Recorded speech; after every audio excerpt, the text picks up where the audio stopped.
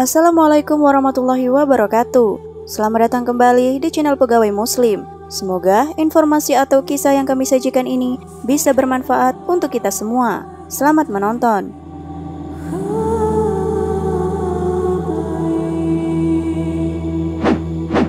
Makhluk mitologi, makhluk legenda, atau makhluk fantastis adalah makhluk yang keberadaannya dituturkan dalam kisah-kisah mitologis, legenda maupun fabel. Makhluk mitologis pada umumnya bersifat fantastis, baik bentuk maupun kemampuannya. Maka dari itu, orang yang tidak menganutnya dapat menyamakan makhluk mitologis sebagai makhluk imajiner atau makhluk hayalan. Namun beberapa makhluk tersebut pernah diceritakan dalam Al-Quran dan hadis. Berikut ini adalah makhluk mitologi yang pernah disebutkan dalam Al-Quran dan hadis. Azazil. Azazil adalah nama asli dari iblis yang merupakan bapak dari bangsa jin. Sedangkan pendapat lain mengatakan bahwa nama asli iblis adalah Al-Harith. Menurut syariat Islam, Azazil adalah pemimpin dari kalangan jin. Sebelum diciptakannya Adam, Azazil pernah menjadi imam para malaikat, Syayid al-Malaikat, dan Kazin al-Jannah, yaitu bendaharawan surga. Selama beberapa puluh ribu tahun sebelum membangkang kepada Allah, Azazil adalah imam dari para malaikat dengan wajah yang rupawan dan memiliki 4 sayap. Sejumlah ulama seperti Ibnu Mas'ud, Ibnu Abbas, dan Said bin Musayyib mengatakan iblis itu adalah pemimpin para malaikat yang ada di langit dunia, atau langit yang paling bawah dari 7 lapisan langit. Pada suatu riwayat, Ibnu Abbas mengatakan, sebelum dilaknat oleh Allah, iblis termasuk kelompok malaikat yang disebut Al-Jin dan ditugaskan untuk menjaga surga. Iblis kala itu adalah salah satu makhluk yang paling dihormati, paling rajin beribadah, dan paling banyak ilmunya. Ia berparas rupawan dan memiliki 4 sayap. Namun akhirnya ia menjadi buruk rupa setelah Allah mengusirnya dari surga. Sekarang sosok Azazil sangat menyeramkan setelah ia menolak perintah Allah Subhanahu wa Ta'ala untuk sujud kepada Nabi Adam alaihi salam. Allah Subhanahu wa Ta'ala memanggilnya dengan sebutan iblis dan mengubah wajahnya menjadi bentuk seperti babi hutan. Kepalanya seperti kepala unta, dadanya seperti daging yang menonjol di atas punggung. Tak hanya itu, wajah yang ada di antara dada dan kepala itu seperti wajah kera. Kedua matanya terbelah pada sepanjang permukaan wajahnya. Lubang hidungnya terbuka seperti ketel tukang bekam. Kedua bibirnya seperti bibir lembu, taringnya keluar seperti taring babi hutan, dan janggut terdapat sebanyak 7 helai. Azazil dalam literatur agama Samawi disebut sebagai Lucifer. Lucifer merupakan iblis paling terkenal di dunia, memiliki pangkat tertinggi sebagai Satan atau rajanya Raja Iblis. Dalam dunia iblis, ia dijuluki sebagai bapak segala pendusta, bintang timur, pembawa cahaya, putra fajar yang terjatuh ke bumi, yang diusir dari surga karena telah menentang Tuhan dan menjadi malaikat yang jatuh, atau yang disebut Fallen Archangel. Buruk. Buruk adalah makhluk tunggangan Nabi Muhammad SAW dari Masjid Al-Aqsa menuju Mi'raj ketika peristiwa Isra Mi'raj. Buruk adalah makhluk bersayap dan bertelinga panjang yang dibawa oleh malaikat Jibril. Ini memiliki wajah yang rupawan, badan yang lebih besar dari keledai. Wujud buruk dijelaskan dalam hadis dari Anas ibnu Malik bahwa Rasulullah SAW pernah bersabda seperti berikut: didatangkan kepadaku buruk, yaitu seekor hewan yang berwarna putih, tubuhnya lebih tinggi dari keledai, tetapi lebih rendah dari begal. Ia meletakkan kedua kaki depannya di ufuk batas jangkauan penglihatannya. Aku menaikinya, dan Jibril membawaku berjalan hingga sampailah aku di Baitul Muqaddas. Lalu aku menambatkan hewan itu di lingkaran tempat para nabi biasa menambatkan hewan tunggangannya. Kemudian aku memasuki masjid dan melakukan sholat 2 rakaat di dalamnya. Sesudah itu aku keluar. Ketika akan ditunggangi oleh Nabi Muhammad SAW, Buraq sempat meronta. Dari Anas radhiyallahu anhu bahwa didatangkan kepada Nabi Muhammad SAW hewan buraq di malam melakukan Isra.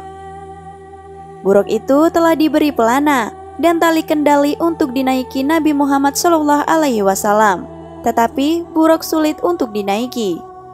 Maka Jibril berkata kepadanya, "Apakah yang mendorongmu bersikap demikian? Demi Allah, tidak seorang pun menaikimu lebih dimuliakan oleh Allah Subhanahu wa Ta'ala daripada orang ini." Setelah itu Buraq mengucurkan keringatnya.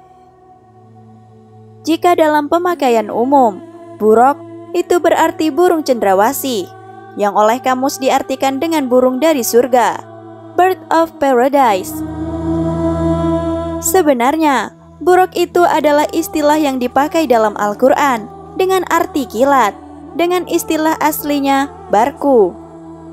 Buraq menjadi tunggangan paling cepat karena tiap langkahnya adalah sejauh jarak pandangnya. Jika kita melihat dari wujud yang digambarkan oleh Anis Ibnu Malik, maka Buraq berbentuk seperti Pegasus yang banyak dijumpai dalam karya seni di Yunani, Romawi, maupun Mesopotamia. Burung Anka.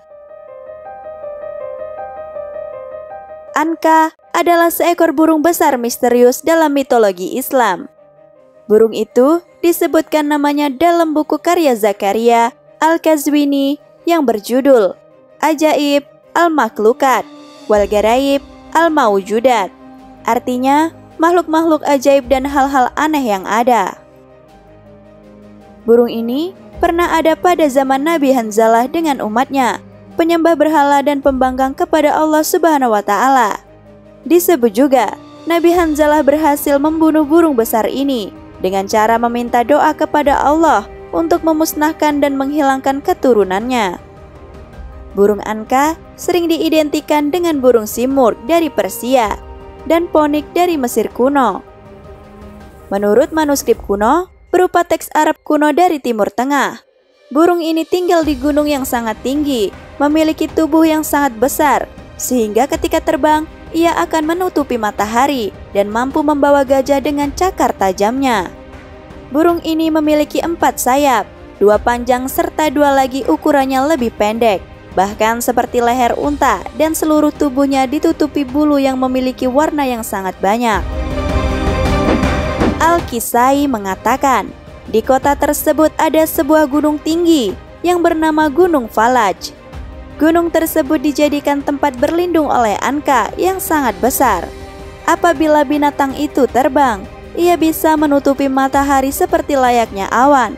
Lehernya seperti leher unta, mempunyai 4 sayap, 2 panjang dan 2 lagi pendek.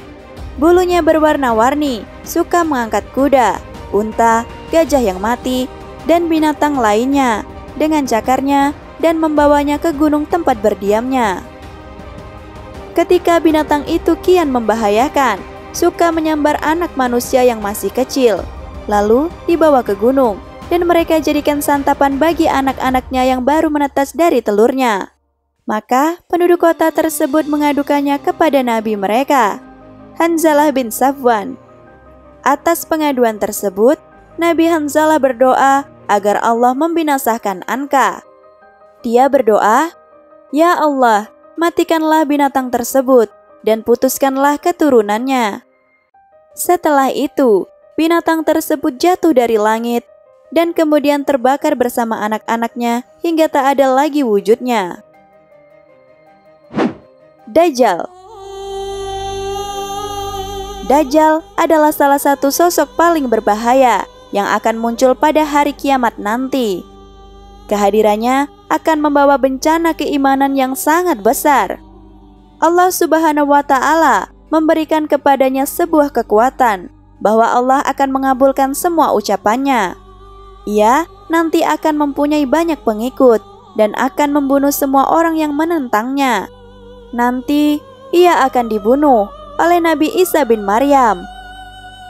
Nabi Muhammad SAW mengingatkan para pengikutnya untuk membaca dan menghafal 10 ayat pertama dari surat Al-Kahfi sebagai pelindung dari Dajjal. Dan kalau bisa, berlindung di kota Madinah dan Mekah, karena Dajjal tidak akan pernah bisa masuk kota tersebut yang dijaga oleh para malaikat. Rasulullah juga mengingatkan para pengikutnya untuk berdoa, "Ya Allah, aku berlindung denganmu dari bencana Dajjal." Dia juga menyatakan tidak ada musibah yang lebih hebat daripada bencana yang ditimbulkan Dajjal sejak penciptanya Nabi Adam hingga hari kebangkitan. Menurut hadis, Dajjal memiliki ciri fisik seperti cacat pada mata kirinya, memiliki rambut keriting dan lebat. Sedangkan pendapat lain mengatakan mata kanannya yang buta. Ia memiliki perawakan besar dan pendek, berkaki bengkok, rambutnya keriting, matanya buta sebelah, dan matanya kabur, serta tidak menonjol dan tidak juga cekung. Jalannya tidak normal, bertubuh gempal, kulitnya merah, berkening lebar, serta dadanya bidang. Dalam mitologi Yunani, kisah tentang makhluk bermata satu diceritakan tentang Cyclops atau Kyklops. Mitologi ini terkait dewa-dewa Yunani seperti Zeus, Poseidon, dan Ares. Kyklops merupakan makhluk dalam mitologi Yunani yang bertubuh raksasa dan memiliki satu mata. Ya'juj dan Ma'juj. Ya'juj Ma'juj dideskripsikan seperti manusia-manusia yang memiliki kemampuan fisik yang sangat kuat dan sangat rakus. Ya'juj Ma'juj telah ada sejak masa Rasulullah Shallallahu Alaihi Wasallam. Namun, mereka terhalang oleh sebuah tembok besar yang dibangun oleh Raja Zulkarnain. Ada yang menyebutnya sebagai bentuk manusia, makhluk terbentuk raksasa, suatu bangsa atau negeri. Ya'juj dan Ma'juj adalah dua bangsa yang sangat besar jumlahnya. Mereka masih keturunan Adam, sebagaimana dijelaskan dalam hadis Sahih Bukhari dan Muslim. Walaupun mereka dari jenis manusia keturunan Adam, namun mereka memiliki sifat khas yang berbeda dari manusia biasa. Ciri utama mereka adalah perusak, dan jumlah mereka yang sangat besar sehingga ketika mereka turun dari gunung, seakan-akan air bah yang mengalir. Tidak pandai berbicara dan fasih, bermata kecil, berhidung kecil, lebar mukanya, merah warna kulitnya, seakan-akan wajahnya seperti perisai, dan sifat-sifat lain. Dalam hadis An-Nawas bin Sam'an disebutkan bahwa Allah memberitahukan kepada Isa akan keluarnya Ya'juj dan Ma'juj yang tidak ada seorang pun mampu memerangi mereka. Dan Allah memerintahkan Isa untuk menjauhkan kaum mukminin dari jalan yang ditempuh Ya'juj dan Ma'juj, seraya berfirman, "Kumpulkanlah hamba-hambaku ke Gunung Atur."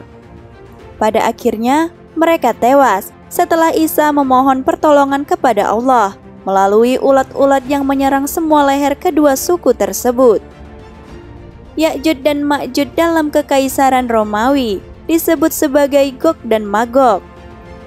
Menurut salah satu versi Roman Alexander, Gog dan Magoti adalah raja-raja pemimpin bangsa-bangsa najis yang dihalau Alexander ke daerah di balik sebuah celah gunung. Alexander kemudian menemboki celah gunung itu untuk mencegah mereka keluar dan menganiaya bangsa-bangsa lain. Di dalam roman Alexander dan karya-karya sastra turunannya, Gog dan Magog diceritakan sebagai bangsa-bangsa pemangsa manusia. Dabat al-Ard. Kemunculan Dabat al-Ard menjadi salah satu tanda datangnya hari kiamat. Dabat al-Ard adalah sebuah frasa yang berarti binatang buas alias monster yang muncul dari dalam bumi. Makhluk ini akan muncul di kota Mekah dekat di Gunung Safa. Setelah kejadian fenomena matahari keluar dari barat, Dabat dalam bahasa Arab yang berarti binatang atau binatang buas berasal dari debe yang berarti berjuang. Kata ini sering digunakan untuk binatang dan serangga, sedangkan kalimat al-ard berarti bumi. Namun makna secara bahasa, Dabat al-ard memiliki arti hewan bumi atau tanah dalam bahasa Indonesia. Wujud Dabat dari al-ard Ibnu Juraij mengatakan bahwa Ibnu Zubair menjabarkan binatang ini dengan rinci. Kepalanya seperti kepala kerbau, matanya seperti mata babi, telinganya seperti telinga gajah, tanduknya seperti tanduk rusa jantan, lehernya seperti leher burung unta, dadanya seperti dada singa, wajah kulitnya seperti warna kulit harimau, panggulnya seperti panggul kucing, ekornya seperti ekor biri-biri jantan, dan kakinya seperti kaki unta. Di antara sepasang persendiannya sejarak 12 ukuran garis lurus. Sedangkan penjelasan lain menjelaskan bahwa Dabat al-ard adalah seekor hewan yang memiliki bulu panjang dan bulu yang pendek, memiliki tubuh yang sangat besar. Dikatakan semasa ia keluar dari sarangnya dengan kecepatan seperti seekor kuda yang berlari setelah 3 hari, dan Dabatul ard bisa mengeluarkan sepertiga badannya. Kemudian, ia mampu berbicara dengan manusia dengan berbagai bahasa di dunia. Sebelah tangan kiri memegang tongkat Nabi Musa, dan jari tengah kanan memakai cincin Nabi Sulaiman. Ia akan keluar dari kawasan di antara Bukit Safa dan Marwah. Dabat al-ard akan berbicara dengan kata yang fasih dan jelas. Pernah pula diriwayatkan bahwa Dabat al-ard akan membawa tongkat Nabi Musa alaihi salam dan cincin kerajaan Nabi Sulaiman alaihi salam. Abu Dawud At-Tayalisi mencatat dari Abu Hurairah, Nabi Muhammad bersabda, binatang ini akan muncul dari perut bumi dan akan membawa tongkat Musa dan memakai cincin Sulaiman. Ia akan memukul hidung orang kafir dengan tongkat itu dan akan mengusap wajah orang beriman sehingga cerah dengan cincin itu, sehingga mereka akan bersama. Mereka akan saling mengenali orang yang beriman dan yang kafir. Itulah makhluk mitologi yang disebutkan dalam Al-Quran dan hadis. Makhluk mitologi tersebut juga ada dalam kepercayaan agama lain. Sebagai umat Islam, kita perlu meyakini bahwa makhluk tersebut memang ada di dunia ini. Walaupun kita tidak pernah melihatnya dengan mata kepala sendiri, namun keberadaan mereka pasti ada dan suatu saat nanti mereka akan muncul sesuai janji Allah. Wallahu a'lam bishawab.